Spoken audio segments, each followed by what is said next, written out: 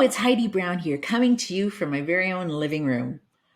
I've always been a huge fan of crown molding, trim, you name it.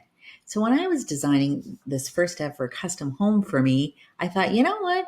I want to take it up a notch and include a coffered ceiling. Here it is. You can see it behind me here as well. So when I was researching the techniques on how this could be done, I came across one that was far more affordable than all of the other techniques. So I wanted to share this with you because a coffered ceiling is definitely something that will add value to your home and a touch of luxury. So to find out how we did it for way less than some of the other techniques, stay tuned. Here we go. Step one, it was important to identify the grid lines on where the coffers would go. Our ceiling was exposed, so it was easy to find the studs, which is what you need when you're actually kind of designing the foundation of the beams. If you have a finished ceiling and you want to do this technique, just get yourself a stud finder and some chalk marks, and that'll help you identify the beams and where you're working with. So we wanted to center the beams around a feature, and in our case was the space between the two doors, which was the fireplace. So the beams would be centered, sort of taking that into account. Then it's setting the foundation of those beams. We did it with 2x6s. Sort of the first step was to put full length 2x6 beams along the grid lines that we had mapped out. Then we created short little posts that you see circled here using 10-inch or so pieces of the same 2x6 wood, cut them, stapled them together, nailed them, I guess, and then attached.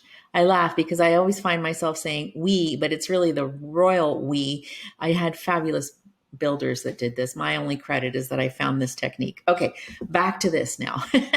So what we did was we first did the beam line. You can see how there was 10-inch pieces nailed together and then placed about every 3 feet apart. And then you'll see the next step was to then have a top piece of 2x6 to really see the grid pattern. And then now this is the really cool part where we saved even extra money. Wait for it. We used drywall and corner bead. Yes, that saved us a ton on materials and labor and really helped keep the cost down when you compare it to using wood built beams and coffers. Now, of course, with drywall, you have to mud it and sand it, prime it. And as you can see here, that work's been done and it really started to take shape in the form of the coffers. But you need to add that, my favorite, the crown molding.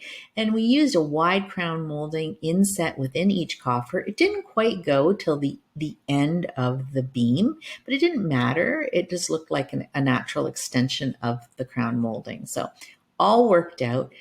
All of the interior coffers were done with the crown molding, and then voila! We used one paint for the ceiling and all of the other areas, so it really creates a cohesive, even look. So there you have it. That's how we built this beautiful coffered ceiling for far less than you might think.